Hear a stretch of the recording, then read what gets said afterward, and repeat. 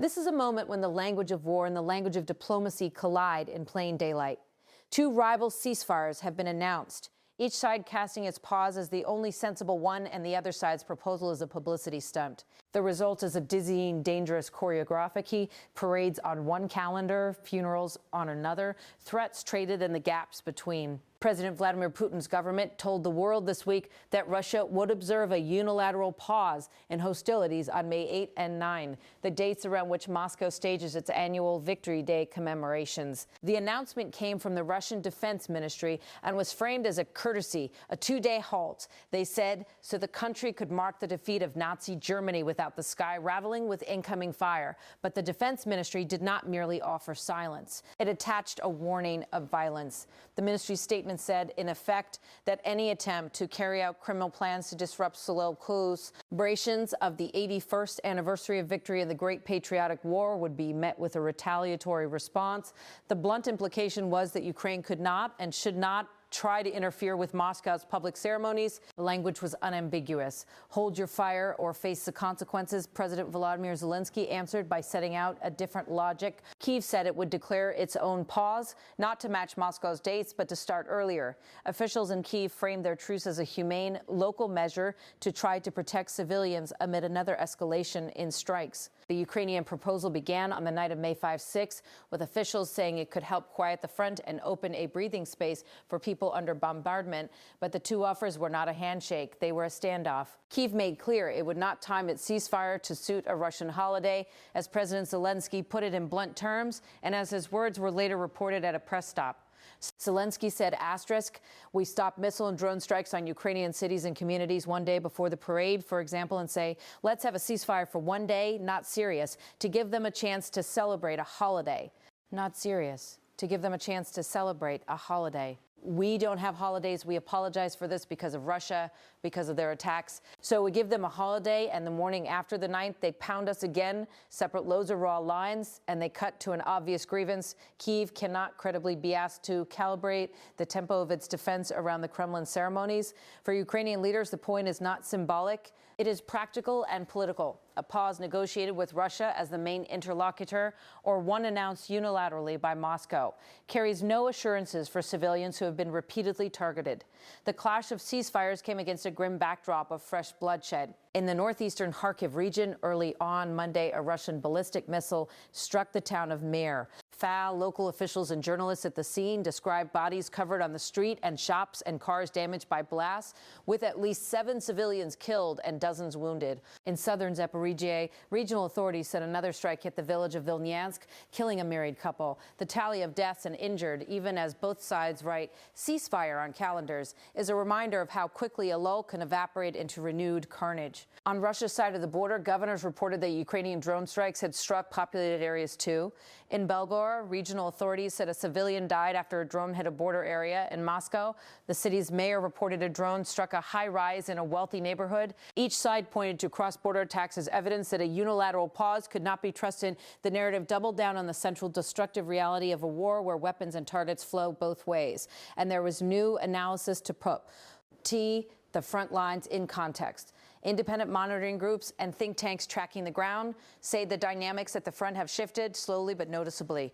Data compiled by Analysts shows that for the first time in many months, Russian forces ceded more ground than they captured during April. Estimates vary slightly between different reporting organizations, but the consensus is that Moscow's territorial control shrank by roughly 100+ square kilometers in that month, a small but politically significant reversal after a period of steady Russian advance. It is a reminder that even where the gains are marginal, the war remains competitive and uncertain.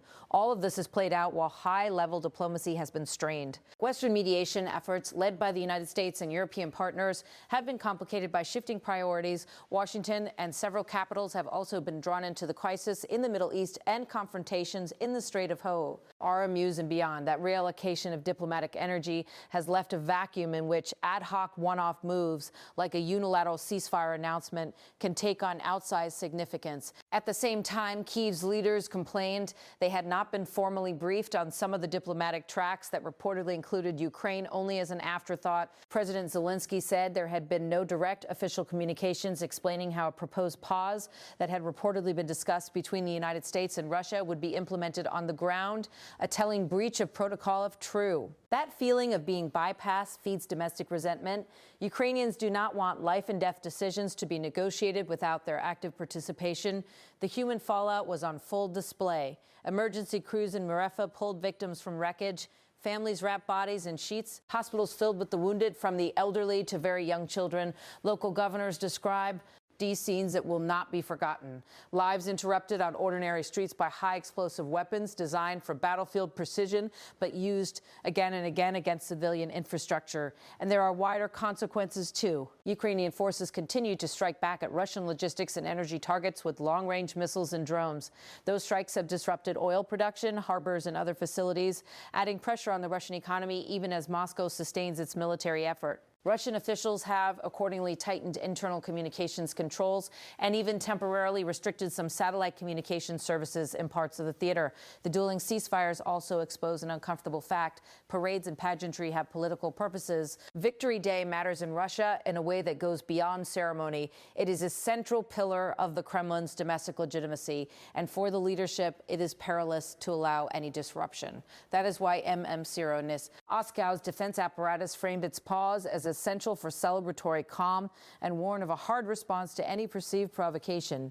The statement about a possible retaliatory strike on Kyiv center was explicit enough to be read as a credible threat, and it raised alarms in capitals across Europe. For Kyiv, though, the moral calculus is different. Ukraine is not asking Moscow to observe its holidays. It is asking for a durable end to attacks and for any ceasefire to be reciprocal, verifiable, and protective of its citizens. That is why the phrasing matters. A pause that reads as an invitation to let Moscow hold its event without routine strikes, but leaves Ukrainian towns exposed before and after those dates is strategically and politically unacceptable in Kyiv's view. Beyond the immediate diplomatic sparring, the battlefield mathematics remain stubborn. Russia still controls a sizable swath of Ukrainian territory, a figure that has hovered above the 1/5 mark since the beginning of the full-scale invasion, most of that taken in the opening weeks of 2022. Some of that area, analysts say, had been under Moscow's control or that of Russia-backed separatists even before 2022, notably Crimea and parts of Donbass. But even small shifts matter. The recent month-to-month reversals are seized upon by both sides as signs that momentum, however slight, could be on one side or the other, and that neither is destined to impose a political end by battlefield exhaustion alone. What comes next is a mixture of ritual and risk. Moscow will stage its Victory Day parade in Red Square, an event that this year authorities have said will be scaled back in certain ways because of security concerns. Historically, such parades have featured heavy armor and a show of military force. This year, officials spoke of removing some hardware from public display, citing fears of long-range attacks. That admission that public demonstrations of military pride now come with read hedging is an extraordinary sign of how the conflict has altered Russian calculations. In Kyiv, leaders are trying to thread a narrow needle to seek pauses that protect civilians and create openings for humanitarian relief, while refusing to surrender the initiative or to make unilateral concessions on sovereignty. President Zelensky has repeatedly warned that Ukrainians will not accept deals that cede territory or leave them exposed to occupation, that political constraint shapes any willingness to negotiate ceasefires, and it explains Kyiv's reluctance to align its actions with Moscow's parade schedule. And then there are the practicalities of verification. How would a ceasefire actually be enforced? Who counts as a violator? Which launches are traced to which command structures? In a conflict where both sides accuse each other of using tactics that blur front lines, small infiltration groups, remote launch drones, and short-range missiles, even a narrow pause can beckon. A public relations contest over who broke the silence first. Monitoring, independent observers, and enforceable mechanisms have all been in short supply. Outside powers are watching closely. European capitals and Washington have urged restraint. Some have offered to help with arrangements to monitor pauses and to provide humanitarian corridors. But international attention is crowded right now by other crises, and that strategic bandwidth shortage matters. If big power engagement is intermittent, the burden falls back on the combatants and local actors to create trust where none exists. For civilians, the calculus is immediate and elemental. Short windows of safety can mean the difference between getting a child out of harm's way or not. For planners, even a one-day ceasefire needs guardrails. Who polices it, how evacuations proceed, where weapons can be deployed, and how to punish violations. Without answers to those questions, any announced truce risks being little more than a hoa. Dineline and civilians pay the price. The coming days will test whether either side is willing to convert words into verifiable, enforceable calm. Will Russia restrain its strikes for the announced dates? Will Ukraine hold to its planned truce without being drawn into a tactical trap? Will third parties offer credible monitoring, or will the pause be a prelude to renewed strikes, recrimination, and a resumption of the grinding attrition the region has endured for more than 4 years? One last practical truth: wars do not end because one side says so on a holiday. Ceasefires that stick typically require the slow work of negotiation, verification, and a political settlement that addresses control, security guarantees, and the deep wounds of occupation. That work is messy, time-consuming, and in the current climate, politically costly for leaders on both sides. So in the next hours and days, watch the skies and the statements. Watch the hospitals and the municipal emergency channels. Lists 10 for the voice of independent monitors, saying whether a pause has been verified on the ground. And when leaders speak, pay attention to both their words and the actions that follow. Words can promise quiet. Only actions verifiable, reciprocal, and sustained can deliver it. Finally, remember the human ledger. People killed in their towns, families grieving in Merefa and Vilnyansk, residents of border regions picking through damage from drone strikes. Behind every diplomatic note and every headline is a neighborhood that hopes, however briefly, that the next morning will not begin with the wail of an air raid siren. That is the real metric of any truce, whether it measurably reduces death and destruction or simply changes the calendar on which violence resumes.